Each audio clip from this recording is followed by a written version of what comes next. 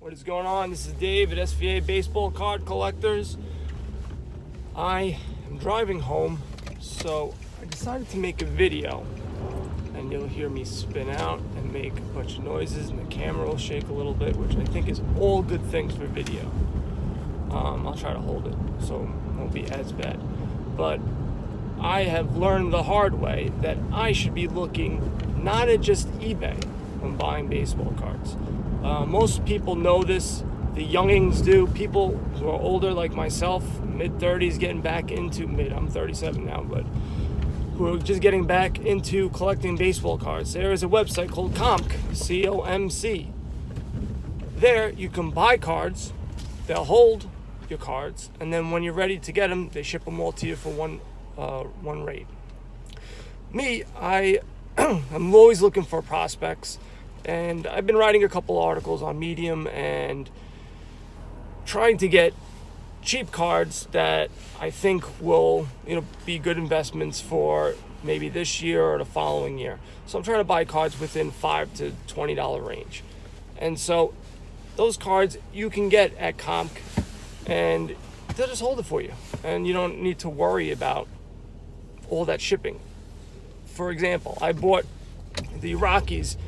The guy's name is, I always forget his last name, it's like Garrett Hampson, and he just won the second base job for the Colorado Rockies. So I wanted to buy a couple of his baseball cards. He had really good stats in the minor leagues, and I figured, why don't I pick up a couple of cards. His price went up. It was like about $15, but now they're going up till slowly to like $20, and it's been $18, $20 because he got hurt, but now he's back. Bada bing, bada boom. So I bought these cards. I bought like 2 of them. I just bought a blue refractor. I go all in. Yeah, I don't just go, I'll just get one card. Hopefully, good luck. I buy a whole bunch. So I should have just waited. That's all I had to do is wait. Buy it on Comc, and away we go. I'm trying not to pick my nose because I have an itch, so I'll keep on going like this.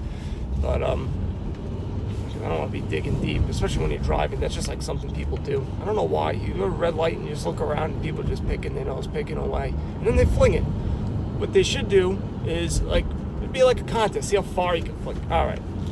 Beside the point. Let's get back to what we were talking about. So, I bought 4 cards. I paid $3.99, $4 for shipping. You do the math. It's about $16 I spent on shipping, when I could have spent $3.99 on shipping had I just waited. Just wait. So, or look it up on Comc and see if they had cards. Another guy I was looking for was guy's name is Solak. He's a second baseman for Tampa Bay. He was with the Yankees, got traded, price went down, going for like $5, $8, $10. So I picked it up. I picked up a couple, and it can't hurt. He's doing well in the minor leagues. I try to look for high walk ratio, low strikeout ratio, and guys have some power, and they get on base. A standard thing. It's nothing like coming up with something new and revolutionary. I just look to see how they're doing as they progress through the minor leagues. That guy, Garrett, from the second baseman for the Rockies, had that, and he also had some power. And $20, if the guy comes out and he's on fire, he hits 5 or 6 home runs in April, his card's going to start skyrocketing. So it's a win-win. And if he doesn't, then he'll probably just stay the same. And if he plays well, maybe he wins Rookie of the Year. Maybe he has an awesome second half. I don't know. But it doesn't hurt. And those are all the things that I look for. And I go to Fangraphs and I write articles looking for prospects. That's really what I'm actually writing the articles so I can learn and know what to look for, and then I share it with other people, and hopefully they benefit. Maybe I'm wrong. Maybe I'm 1,000% wrong, and all the people I'm investing in suck. That would be bad. But I'm only spending $5, $10, $15 on these cards, so I'm spread out, so I'm not just investing in one guy and good luck, or going into the Vladimir Guerrero, sweepstakes and spending hundreds and thousands of dollars for an autograph for a guy who's not in the majors yet. I know he's awesome, and I see his stats. They look amazing. He looks like a stud, but I would rather spend $5 to $10 and get a card that maybe might be $50 or $60, because you could buy a lot of them. You could buy a lot more of them. And if you're wrong on one, if you bat 300, if you bat 3 out of 10, you're probably going to make your money back. And if you are doing better, maybe you're batting 400 or 500, maybe you're right half the time. And the card value doubles or triples.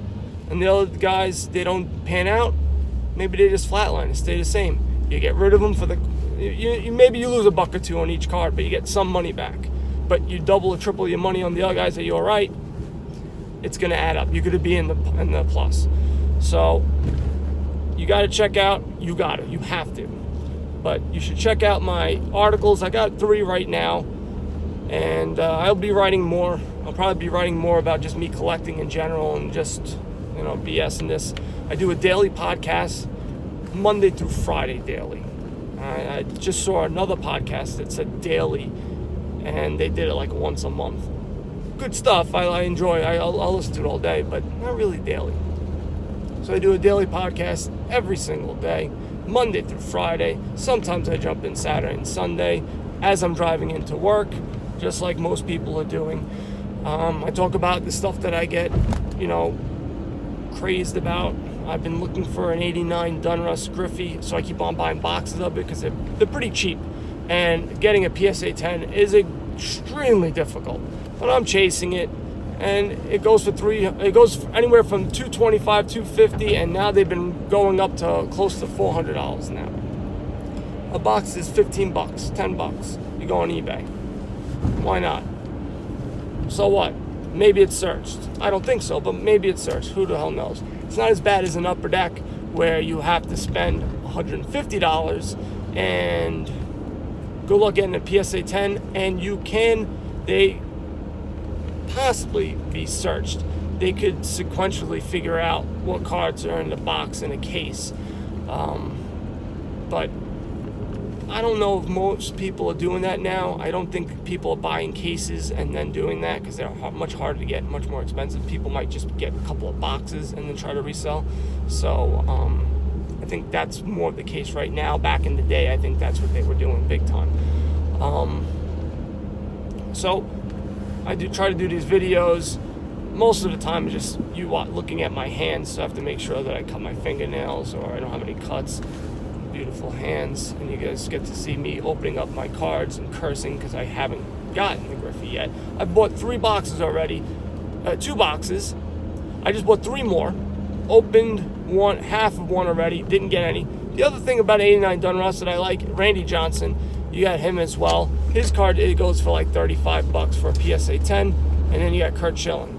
I'm betting that it's going to go up because people are going to start to realize that it is cheaper to get a 89 Donruss than it is an Upper Deck. And it is harder to get a PSA 10 because of the black borders. They look really good. The cards are really nice. I think that's where it's going to go. And that's what I also try to tell people on my podcasts, on YouTube, on my Facebook group. I also have a Facebook group, SVA Baseball Card Collectors. And you want to go where everyone else isn't. Right now, 89 Upper Deck, everybody and their mother, everybody always likes that card, but for some reason, I think more and more people are gravitating towards it. So, what's his other rookie cards? That's exactly what I did. What's his other rookie cards that sell well? Which ones should I go after? Same thing with Derek Jeter. Everybody's on the SP. So, where can I go that I can get the card that is not as expensive and maybe I get it? Now, if you're doing it for investment, I would suggest buying the card. Buying the 89 Donruss Ken Griffey Jr. card, because I think it's going to go up in value. I would suggest to buy the 93 Bauman Derek Jeter, because it's starting to go up as well. What people do is they can't afford the big card, and they don't want to get it in a grade in 6, 7, or 8. They want a nice card. And they're going to put their money in other places, and then that is going to start to go up, and you can see it already. So I bought a box of 93 Bauman, actually, and I'm going to be opening up in my group, $21 for 6 packs. One person's already bought it already. I make no money. I just like opening up the cards. Hopefully you get some Jeters and I can send them out and you can become rich and famous.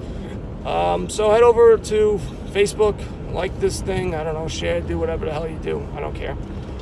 But spend some money, buy some cards and go broke. All right, people? Later.